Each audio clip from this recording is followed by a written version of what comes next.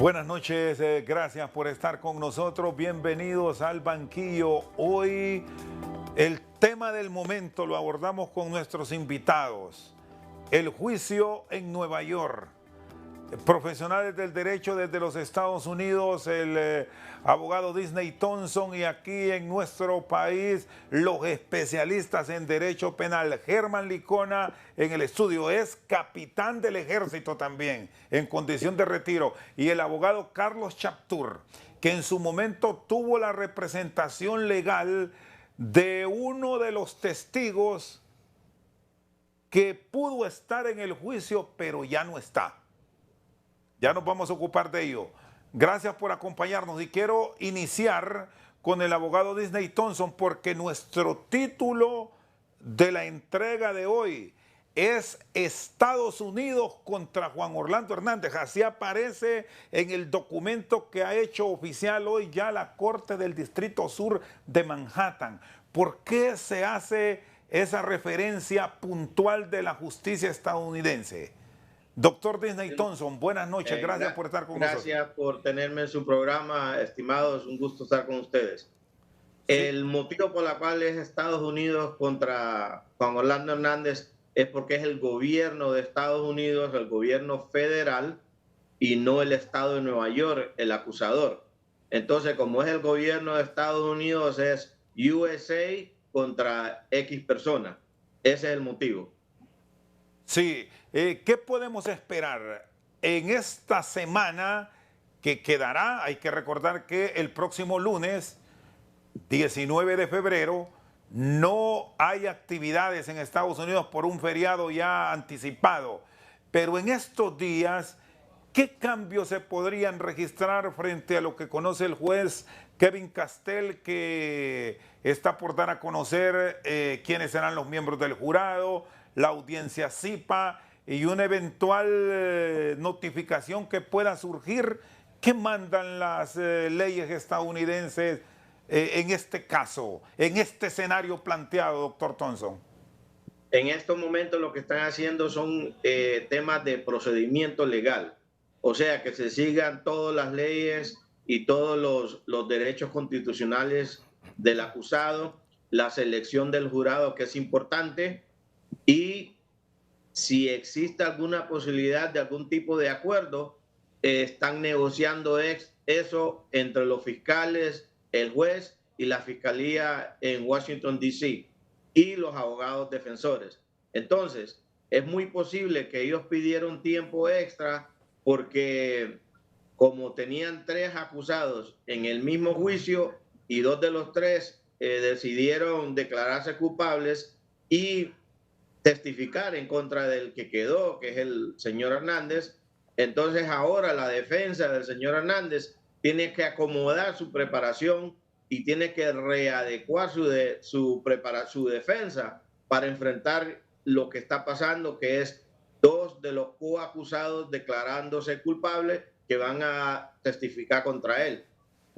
Sí, ¿en qué puede cambiar, abogado Thompson,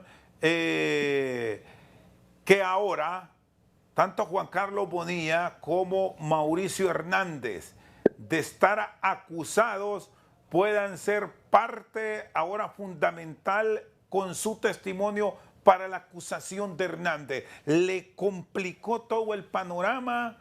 ¿Le cerró una eventual declaratoria como culpable? ¿O todo lo que hemos visto del juicio le genera una imposibilidad a Hernández Alvarado de declararse culpable? Le complicó el panorama al 100%. ¿Por qué? No le genera una imposibilidad, aceleró la posibilidad de que se declare culpable. ¿Por qué? Porque al estas 2 personas declararse ellos culpables y decir, ok, vamos a testificar en contra de él, entonces ya los abogados de él, los abogados defensores ya saben que van a tener 2 testigos claves en contra de su defendido, de su cliente, y entonces ahora se la ven bien complicada. Pero no es imposible para él llegar a un acuerdo. Es más, ese tema aceleró la decisión de él llegar a un acuerdo o no, si lo estaba pensando. Si no lo estaba contemplando, ahora es el momento de hacerlo, porque una vez que se siente el jurado, ya no lo puede hacer. Si la negociación es en Washington, si bien el juicio está en Nueva York, donde puede la fiscalía llegar a un acuerdo con la defensa, es en la capital federal. Sí, la negociación es con el fiscal local que está en Nueva York, pero el jefe es el fiscal general de los Estados Unidos que está en Washington, D.C., que es el que tiene la última palabra. O sea, el fiscal va a recibir la información, va a hablar con los abogados defensores, va a hablar con el juez y va a ir donde su jefe en Washington y le va a pedir que diga sí o no aceptan en Washington una posible arreglo fiscal. Muy bien, ya vamos a volver con usted, abogado Disney Thompson, que está desde el sur de la Florida, aquí en estudio, el abogado Germán Licona.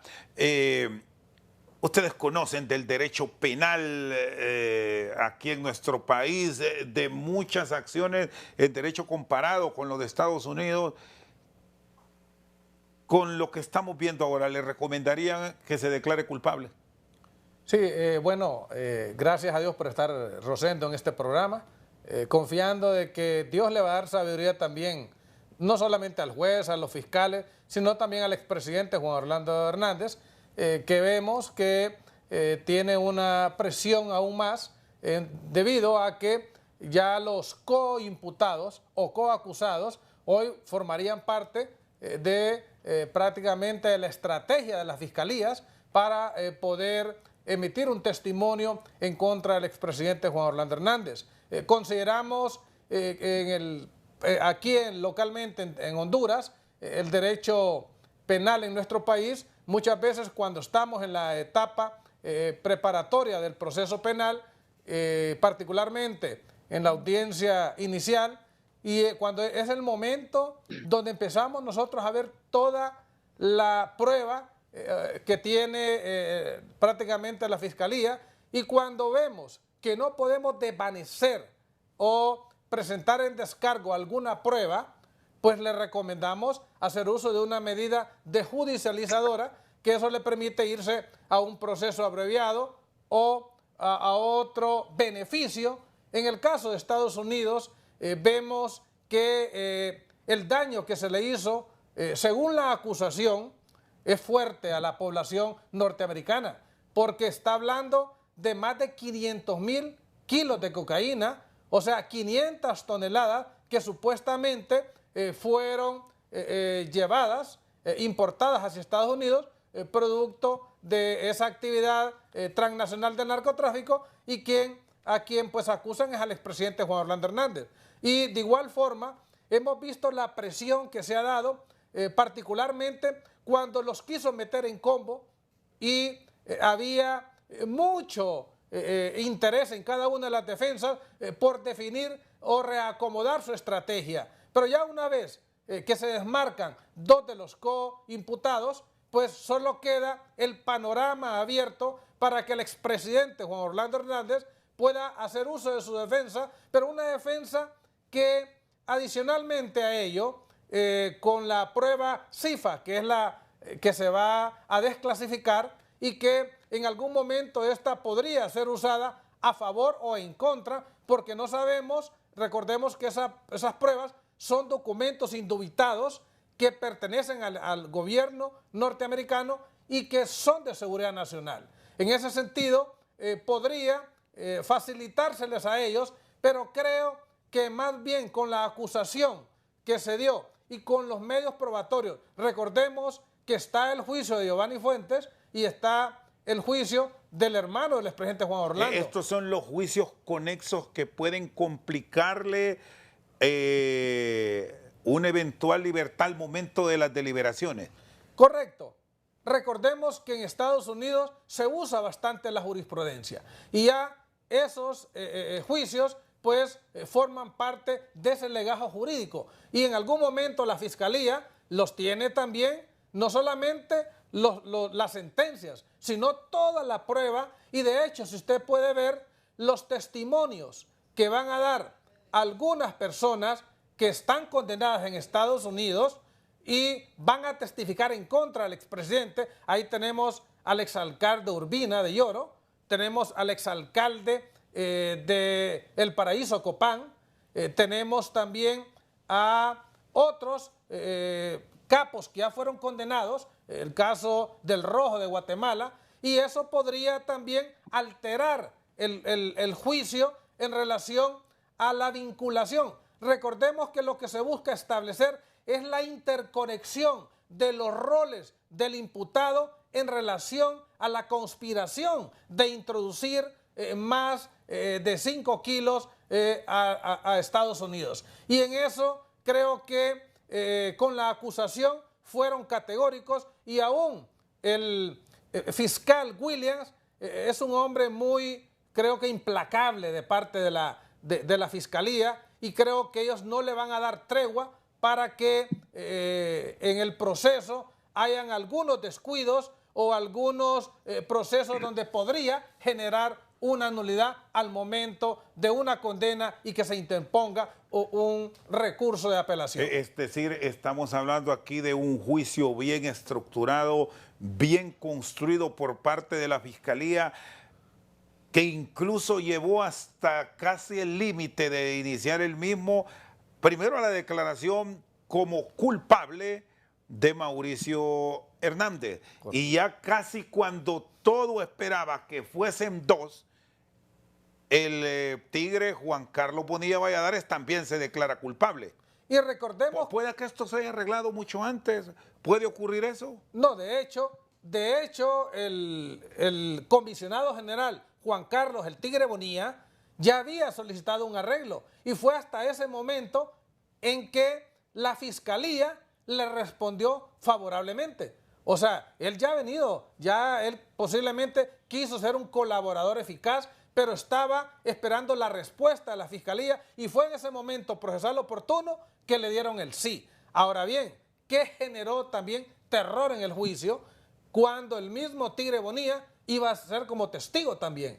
Y cuando él manifestaba que él, dentro de sus investigaciones, como director general de la policía, conocía con certeza algunas actuaciones de los coimputados, y eso pues originó que se desesperaran. Hasta él mismo cayó, creo, en ese combo, y fue así que mejor esperaron para tomar esa decisión y declararse culpables. Bueno, don Carlos Chaptur, que nos acompaña también, abogado, gracias por estar con nosotros. Ha sido un juicio muy bien elaborado y construido por la Fiscalía de los Estados Unidos. Incluso cuando habló el fiscal general, el director general de la DEA, estamos hablando de declaraciones de febrero del 2022, hace casi 2 años. Por este tiempo se dieron esas declaraciones. Usted defendió a una persona que se ha venido insistentemente mencionando, no solo para este juicio, sino para una serie de acontecimientos de personas que han sido condenadas por narcotráfico en los Estados Unidos. ¿En qué va a cambiar el juicio la existencia de declaraciones basadas en testimonios que en su momento tenía una persona que ya lastimosamente murió? Y hablamos de Magdaleno Mesa. Abogado Chaptur, gracias por estar. Bueno, buenas tardes a los colegas. Gracias por la invitación, Rosendo.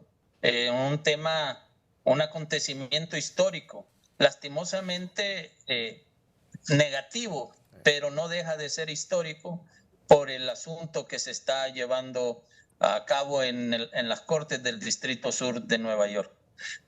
No podemos pasar desapercibido que estas estructuras criminales son muy amplias, y aquí hay personas involucradas que quizás aún no se han mencionado, pero que después de iniciado el juicio y más aún una vez finalizado el juicio contra el señor Juan Orlando Hernández, van a salir otros nombres a relucir.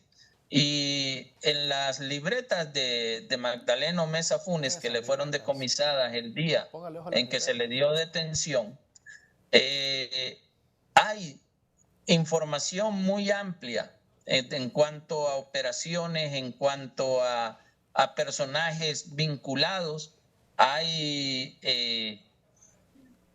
manifestaciones en esas libretas que dentro del léxico que utilizan estas personas dedicadas al tráfico de drogas, podríamos deducir que hay otro tipo de funcionarios involucrados en estas estructuras, y no solamente políticos, sino también funcionarios pertenecientes a las autoridades policiales o autoridades de repente militares, por el tema, por el concepto que se maneja en esas libretas. Cuando, por ejemplo, en una libreta que fue públicamente difundida, se establecen pagos a las personas de los televisores. Habría que ver, analizar a qué se refiere con televisores dentro del lenguaje de la criminalidad organizada y más que todo del narcotráfico. ¿A qué se refieren con las personas de los televisores? Uno podría decir, televisores podrían ser computadoras oficiales de repente, podrían ser radares, no lo sé. Para eso es función de la Fiscalía hondureña determinar qué tipo de vínculos podrían haber existido y si se refiere precisamente a personas dedicadas a dar ese tipo de vigilancia a las aeronaves que circulan, que vuelan por sobre el país, por sobre el territorio nacional, y que en determinado momento pudieron estar también al servicio de estos grupos criminales. Hay información que extraer de esas libretas, hay trabajos de investigación que debe realizar el Ministerio Público y realizarlos con seriedad y con formalidad y sin ver a quién se involucra, sino cumplir el mandato constitucional que le ordena su ley orgánica y la Constitución de la República, que es la investigación del delito. Abogado, estas pruebas no se sabe qué pasó con ellas, dónde están, salvo algunas comunicaciones que se hicieron públicas. ¿Sabe si están ya en Nueva York? ¿Qué conexión se puede tener entre lo escrito y los audios? Que por cierto el juez Kevin Castell ha dicho en los últimos días en una de las decisiones tomadas que esos audios que presentó la Fiscalía han sido aceptados y que ahí van a estar en el juicio. Y aquí sumamos una serie de acontecimientos que poco a poco se irán aclarando, porque también hemos escuchado de audios públicos de Juan Carlos el Tigre Bonilla. Bueno, toda esta información, un cuerpo de investigación debe vincular y concatenar unos hechos con otros y poder llegar a una deducción para establecer el alcance de una estructura criminal, cómo estaban repartidos los roles dentro de esa escritura, quién servía a quién y en qué servía específicamente cada uno. En el caso de Magdaleno Meza Funes, cuando el Ministerio Público, que considero yo de manera irresponsable en el mes de noviembre del año 2018, es decir, 5 meses después de que Magdaleno Meza Funes había sido detenido, emitió un comunicado donde establecía una vinculación de Magdaleno Meza Funes a través de esas libretas a las que se les denominó narcolibretas, con Tony Hernández. Yo critiqué ese hecho y dije en su momento que el Ministerio Público había firmado la sentencia de muerte de Magdaleno Meza Funes, una persona privada de libertad que estaba siendo expuesta de esa manera, con un grave riesgo a la vida, a su seguridad. Solicité a las autoridades penitenciarias, en aquel momento la abogada Rosa Gudiel y el subdirector Germán Magnil, que el señor Magdaleno Meza Funes fuera trasladado a un batallón por cuestiones de seguridad, por la importancia de la información que existía en esas 11 libretas que están en poder de las autoridades, 11 libretas, y en las que se vinculaban nombres como Tony Hernández y Juan Orlando Hernández. Para mí fue irresponsable ¿Por qué, Rosendo? Porque Magdaleno Mesa Funes no estaba acusado en Honduras de narcotráfico. Él fue detenido y fue acusado por los delitos de lavado de activos, por el delito de posesión de armas ilícitas y de explosivos. Las libretas jamás fueron parte del proceso judicial en Honduras. Ni Magdaleno Mesa Funes ni su esposa eran acusados por tráfico de drogas. Entonces no entiendo el por qué el Ministerio Público, valga la redundancia, publicó un comunicado de ese tipo. Más bien pareciera ser que él quería dar a conocer a ciertas personas o a ciertos grupos de personas que se contaba con esa información. No sé a manera de aviso, no sé a manera de qué, pero fue muy irresponsable en hacer esa publicación, porque lo correcto debió haber sido, si no iban a ser utilizadas en un juicio en Honduras, lo correcto debió haber sido abrir un expediente investigativo en base a esas libretas, mantener en secretividad la información contenida en ellas y brindarle toda la seguridad necesaria a Magdaleno Mesa Funes. Pero al contrario, dentro de una cárcel de máxima seguridad le dieron muerte con armas de fuego y armas blancas. En una cárcel de máxima seguridad. Preguntémonos entonces, ¿cómo entraron esas armas al centro penal de Ilama? Hubo un claro contubernio entre el grupo criminal, que yo incluso mencioné que iba a ser una pandilla, la ejecutora de la muerte de Magdaleno Mesa Funes. Y mire usted, Rosendo. Muy bien, vamos a ir a una pausa. Estamos experimentando unos pequeños detalles con el audio del abogado Carlos Chaptur. Ya seguimos con más con los invitados de hoy al banquillo. Ya regresamos.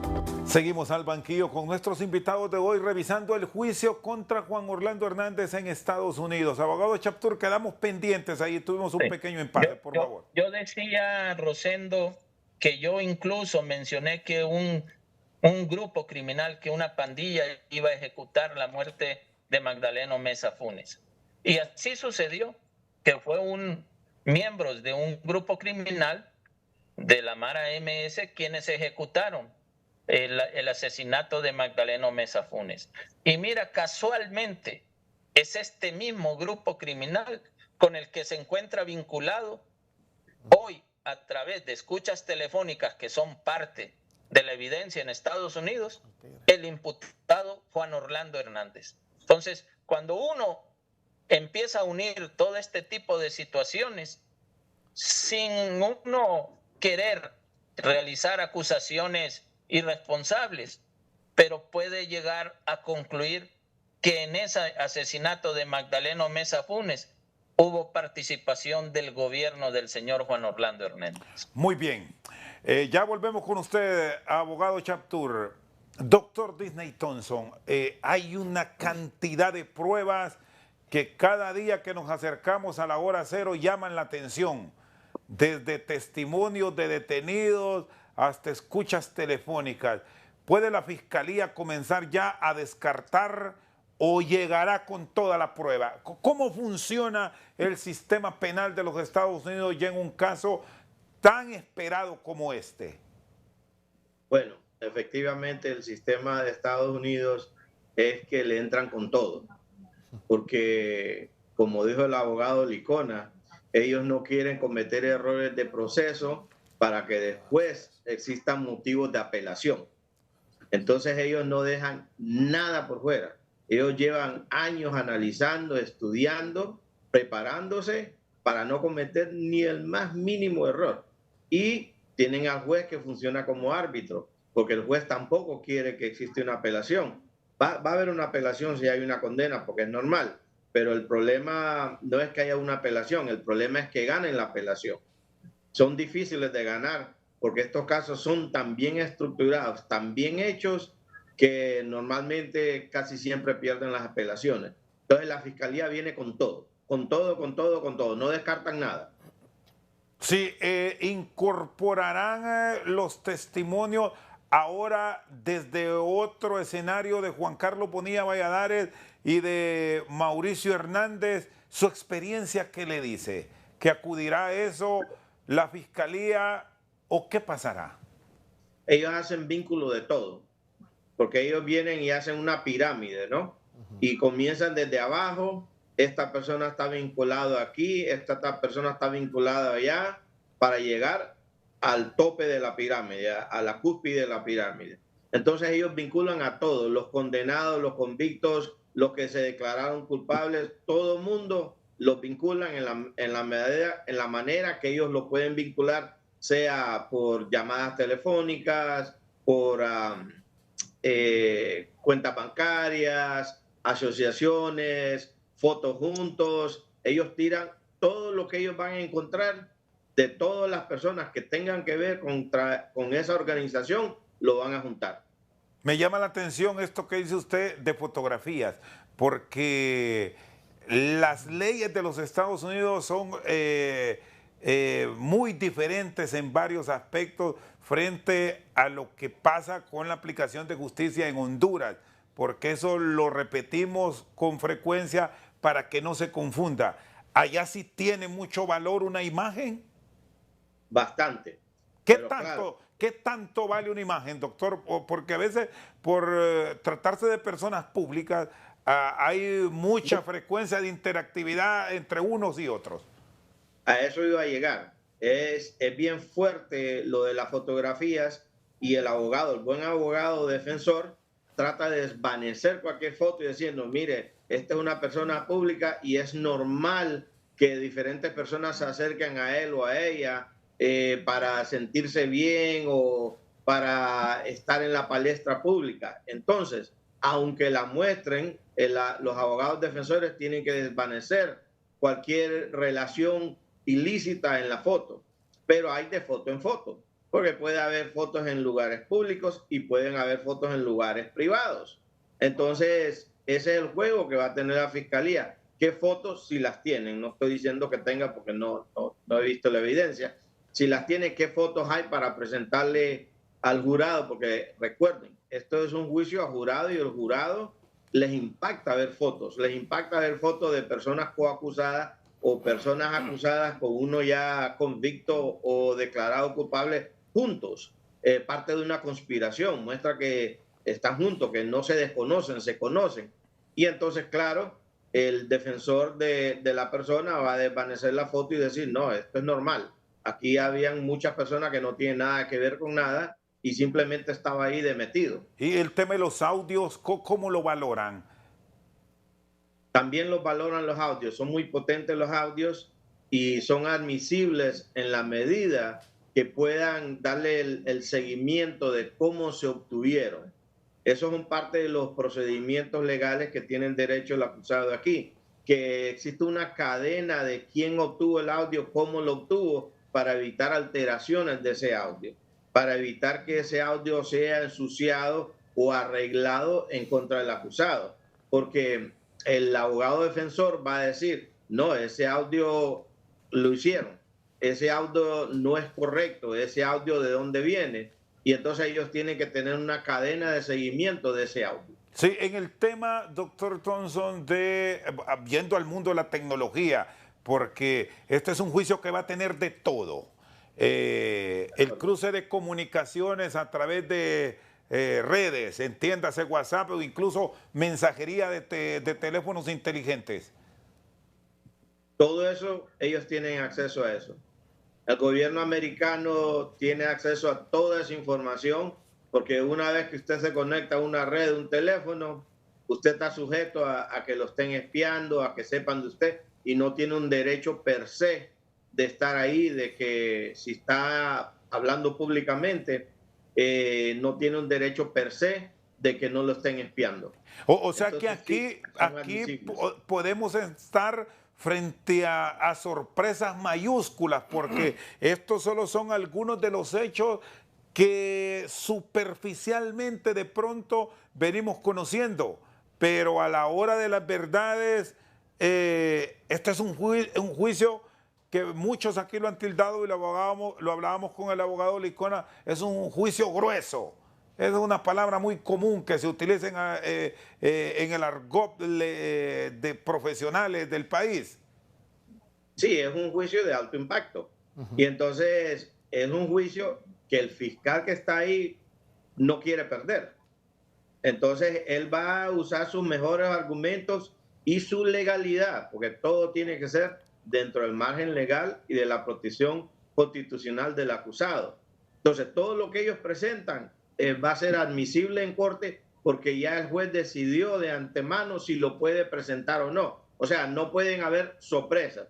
Serán sorpresas para el público que está afuera observando el juicio, pero para los que son parte del juicio no es sorpresa porque ellos ya saben toda la evidencia que viene. Ellos ya han tenido tiempo de examinarla y de refutarla, pelearla, decirle al juez, esta evidencia no se admite o pido que no se admita por este motivo legal o por aquel motivo legal, y la desestiman o no la desestiman. Es decir, que cuando ya estemos en la apertura de debate la próxima semana, la abogada Sabrina, una experta en temas de información clasificada, debe tener claro qué fue lo que mantuvo bajo secreto el gobierno de los Estados Unidos y de igual manera tener un conocimiento claro desde cuándo se comenzó a preparar este juicio y no hay espacio para alegar que hubo arreglos. Exacto. Todo ahí está bien claro. El único que no sabe la evidencia es el jurado. Entonces, ¿qué es lo que pasa? Tratan de guardar la evidencia hasta el último minuto para que se la vayan soltando al jurado de a poco, para que no confundir al jurado, porque lo puede confundir si tiene demasiada evidencia. Pero ahí todos los abogados involucrados ya saben cuál es la evidencia, ya hubo decisión de antemano si el juez Castle va a aceptar o no va a aceptar la evidencia dentro de las reglas legales del Tribunal Federal donde está siendo ventilado el caso. Pero ahí no hay sorpresas. Muy bien, vamos a hacer una pausa. Está con nosotros el abogado Disney Thompson, Carlos Chapturi, aquí en el estudio el abogado Germán Licona. Después de la pausa tiene la palabra y las valoraciones de lo que hemos escuchado en este segmento. Ya regresamos. Seguimos al banquillo. El abogado Germán Licona, aquí en estudios, tiene la palabra. Estados Unidos pide a ciudadanos hondureños por tráfico de armas, narcoactividad y terrorismo. Punto. Le sorprende todo lo que se está hablando alrededor de este juicio y explíqueme usted desde el punto de vista legal, penal, dónde entra el tema conspiración, que es ahí donde está el gran juicio de la otra semana. Sí, bueno, recordemos que el tema de conspiración es fundamental porque aquí no vemos que hay señalamientos en contra del expresidente Juan Orlando Hernández de haber participado desde el punto de vista material o intelectual. Pero la conspiración, según el derecho y la Real Academia, establece que es un acto preparatorio del delito que consiste en el concierto de dos o más personas para la ejecución de un delito y en su realización para ejecutarlo. En ese sentido, si ponemos atención a la acusación que hizo el fiscal general de Estados Unidos, dice que primeramente abusó del poder, tomó dinero del narcotráfico para financiar las campañas políticas del 2013 y 2017. Ya prácticamente lo está vinculando, aunque no está diciendo que participó en la muerte de tantas muertes que se han dado o que haya participado directamente, porque van a haber también pruebas directas y pruebas no directas. En ese sentido, creemos que el esfuerzo de la Fiscalía va a ir orientado a posicionar todo su argumento en relación a que el expresidente Juan Orlando Hernández, él debió de estar informado, él debió de ser responsable porque las instituciones y las personas que dirigían tuvieron que haberle informado de todas las actuaciones que se estaban dando en el país. No puede alegar ignorancia. No puede alegar ignorancia, ¿por qué? Porque se dice en la acusación que apagaban los radares. Se dice aún la misma acusación del primo del expresidente Juan Orlando Hernández, el comisario Hernández, Mauricio, dice que él daba seguridad a los traslados de droga y que cobraba $200,000 por cada trayectoria que se le daba. Y de igual forma donde se le da el seguimiento también a la parte del recurso económico que generaba esta narcoactividad. Si bien es cierto, causó un daño enorme en Estados Unidos, porque se dice también en la acusación que el dinero entró al país y lo consumió el ciudadano estadounidense. Entonces, eso creo que para el jurado va a ser sensible que hayan existido semejantes cantidades trasegadas desde países de América del Sur que pasaron por Honduras y que llegaron a las calles de Estados Unidos, y que esa droga causó muerte en muchos ciudadanos por sobredosis. En ese sentido, creo que el esfuerzo de la Fiscalía va a ir orientado, junto con la prueba que ya se ofertó, en relación a algunos testimonios de personas que no están vinculadas. Recordemos que lo que alega la misma defensa y algunas personas externas al proceso es que personas condenadas están dando testimonio, pero hay otras personas que van a servir de testigos donde vinculan supuestamente la participación activa del expresidente con las redes de narcotráfico. Entonces, eso está en la acusación, eso está en los informes que poco a poco van a ir saliendo, y esperamos que sea revelador toda aquella información que se desagregue de la confidencialidad y de la prácticamente información que van a dar el Estado de Estados Unidos a los fiscales para ser usada en el proceso, no solo hacia la defensa, sino también de parte de la Fiscalía. Abogado Carlos Chaptur, ¿una prueba directa qué es? ¿Y qué representa una prueba indirecta? Los aportes que puede ofrecer en el juicio, ¿quién usted defendió, en qué rango van a estar? Y no sé si a ustedes les han hecho solicitud de información de parte del gobierno de Honduras a través del Ministerio Público, como defensores de una persona que, insistimos, ya murió, o de los mismos de Estados Unidos. ¿Cómo ha sido el manejo que se ha tenido de este juicio hacia su defendido? Bueno, mira, Rosendo, a raíz de la muerte de Magdaleno Meza Funes ocurrieron otras muertes vinculadas al mismo hecho criminal. Se asesinó a un colega de nuestro bufete, José Luis Pinto, en Copán, posterior a la muerte de Magdaleno Meza Funes. Se le dio muerte también al director en aquel entonces de ILAMA, Ildefonso Armas, posterior al asesinato de Magdaleno Meza Funes. Pero hasta el día de hoy, nosotros como abogados, tanto de Magdaleno Meza Funes y ahora también de la asesinada Erika Bandi, viuda de Magdaleno Meza Funes, que fue asesinada posteriormente, no tenemos absolutamente ninguna información. A nosotros el Ministerio Público nunca nos solicitó ningún tipo de apoyo ni de colaboración. Desconocemos hasta qué punto se encuentran los expedientes investigativos.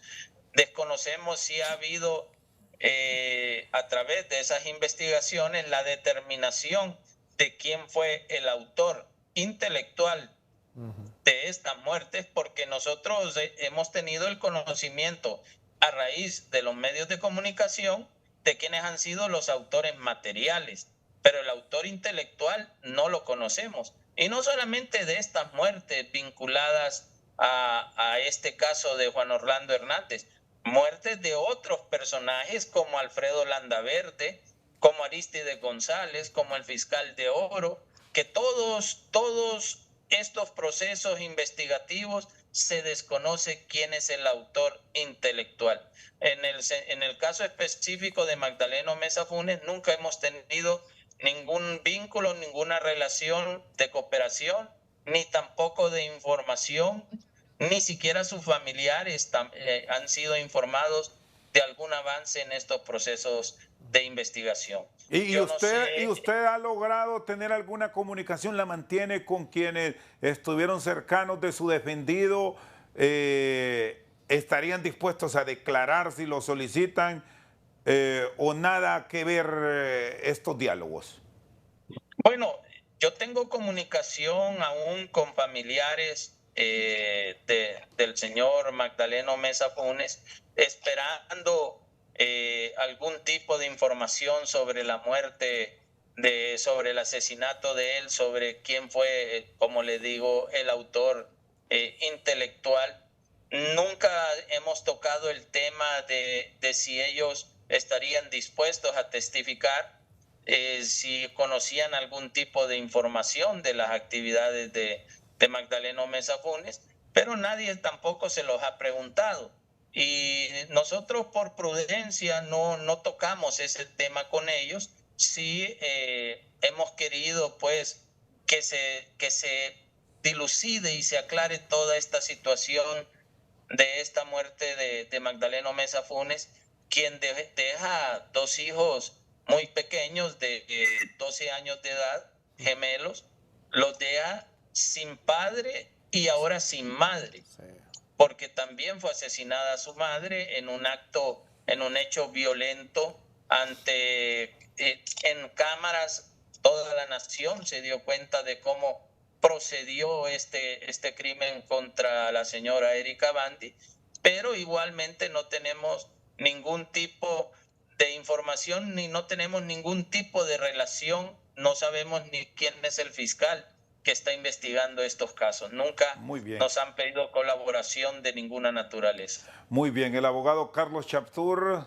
junto a el abogado Germán Licona nos han acompañado en este segmento. Hacemos pausa, luego tenemos las consideraciones del doctor Disney Thompson y nuestros invitados de hoy. Ya regresamos. Seguimos al banquillo, hoy revisando el juicio Estados Unidos contra Juan Orlando Hernández. Doctor Disney Thompson, ¿cómo es el esquema a seguir en la presentación de testimonios en el recinto del juez Kevin Castell? Bueno, la fiscalía ya sabemos por lo menos de quiénes van a ser algunos de los que van a comparecer. Incluso se habla de un testigo de oro, han dicho ellos, que no sabemos de quién se trata y que pronto se conocerá su nombre. Pero ¿qué de los testigos que presenta la defensa? Algunos de ellos puede que estén en Honduras, otros en Estados Unidos.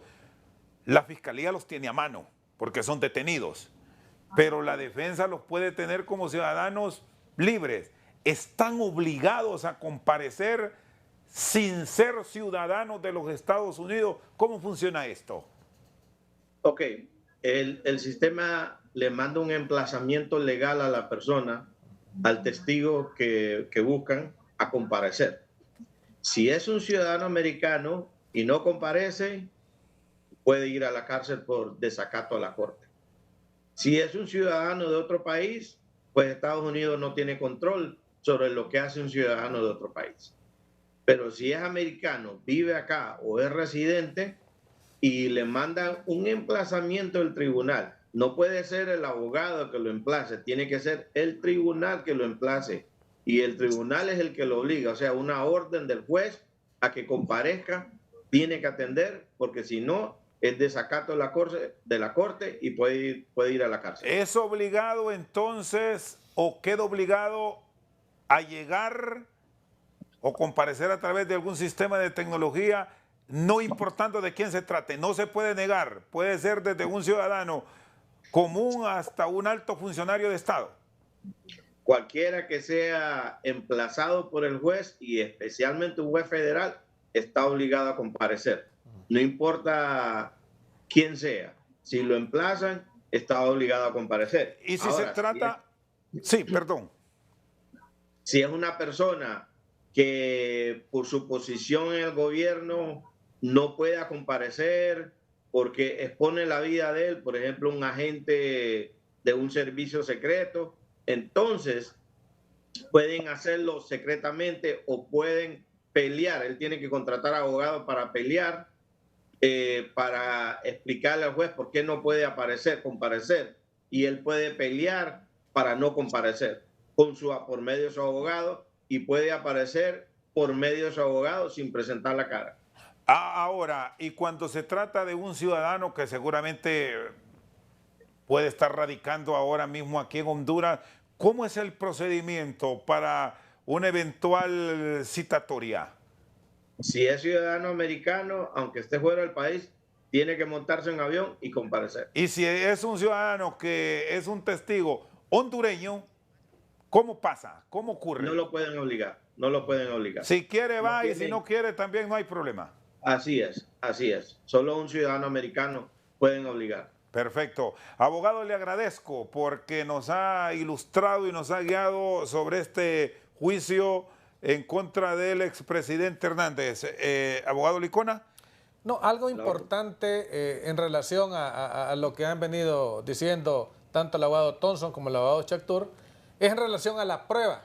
Si bien es cierto, ahí lo que hubo es un asesinato en la cárcel, ¿verdad?, de Magdalena Mesa con publicidad, y donde otras personas relacionadas a ese recinto también perdieron la vida. Pero lo más interesante es que el Ministerio Público de Honduras le dio traslado a muchas pruebas al Distrito Sur. ¿Y cómo es posible que el Ministerio Público no haya utilizado esas pruebas para incoar acciones o requerimientos en el país? Hay toda una vorágine de dudas que ponen en precario el Estado de Derecho en relación a la persecución pública penal. Y eso se evidencia cuando vemos que es el Estado de Honduras renunciando al ejercicio de la acción pública penal para trasladarlo hacia Estados Unidos, y que la justicia de Estados Unidos es la que ha mantenido prácticamente esa constancia de visibilizar todos aquellos casos en los cuales personas hondureñas supuestamente han participado en la comisión de hechos criminosos y que causó y sigue causando daño a la población hondureña, y no digamos por el caso que nos ocupa, donde el pueblo estadounidense ha sufrido prácticamente ese daño, ese dolor, esa muerte por la sobredosis que causaron la importación de estas drogas a ese país. Y es por eso que considero oportuno que el Estado, o mejor dicho, el Distrito Sur, ejerza justicia cuando aquí ha estado ausente. Gracias, el abogado Germán Licona. Cierro con el abogado Carlos Chactur. Bueno, este es un caso extremadamente delicado. Incluso hablar de estos temas, debemos decir hasta hace un tiempo atrás, fue de alto riesgo aquí en Honduras. Y hechos, como lo recordaba Carlos hace algunos instantes, de el hondureño Alfredo Landaverde, que era de los que enfrentaba y señalaba hace unos años atrás, y ya sabemos su desenlace. Caso de Carlos Chactur, ha sido objeto de amenazas. ¿Cómo ha llevado su vida después de haber defendido a una persona con mucha información? Carlos. Bueno, sí, en algún momento recibimos amenazas directas y recibimos amenazas veladas también, pero también fuimos objeto de otro tipo de persecución, de una persecución del sistema en sí, del que se manejaba en el gobierno de Juan Orlando Hernández. Para darte un ejemplo, Rosendo, yo estoy bloqueado en el sistema financiero aún hoy en día. Yo no puedo aperturar una cuenta de ahorro, no puedo obtener una tarjeta de crédito. Estoy bloqueado en el sistema financiero y he pedido información y he pedido que se me dé respuesta del por qué estoy bloqueado, y nadie me ha podido decir el por qué. Y esto ya es desde cuando nosotros comenzamos a llevar estos casos, se nos bloqueó del sistema financiero, y eso nos perjudica grandemente en la actividad profesional. Imagínate no poder tener una cuenta bancaria activa, una tarjeta de crédito cuando uno necesita viajar al extranjero. Uno no anda cargando dinero efectivo. Eso fue también parte de las repercusiones que causó este caso aquí en contra nuestra. Además de situaciones más graves, como te comentaba, la de José Luis Pinto, un compañero de bufete abogado también de los padres de Magdaleno Meza Funes en un caso que él llevaba y del cual no tenemos ninguna información al respecto sobre su investigación. Es lamentable que la institucionalidad se haya utilizado para este tipo de actividades. Créeme que eso va a ser un caso de gran impacto aún en el jurado que sea electo en los Estados Unidos, porque el ciudadano norteamericano tiene mucho respeto por su institucionalidad, tiene mucho respeto por sus autoridades, y para ellos resulta inconcebible que el titular de un poder del Estado, en este caso del Poder Ejecutivo, de un presidente de un país, haya puesto la institucionalidad, como ha sido dicho en la Corte del Distrito Sur, al servicio del narcotráfico, y que hayan convertido a Honduras en un narcoestado, y que posiblemente la población hondureña, que es la que menos responsabilidad tiene en esto, pueda ser incluso hasta estigmatizada internacionalmente por este tipo de situaciones, como lo han sido nuestros compañeros, nuestros hermanos colombianos, que cargan con ese estigma del narcotráfico a cualquier lugar que vayan. Muy bien, gracias a nuestros invitados de hoy, el abogado Carlos Chaptur, el abogado Germán Licona y el doctor Disney Thompson, que nos acompañó desde los Estados Unidos esta noche al banquillo. Por su sintonía, muchas gracias.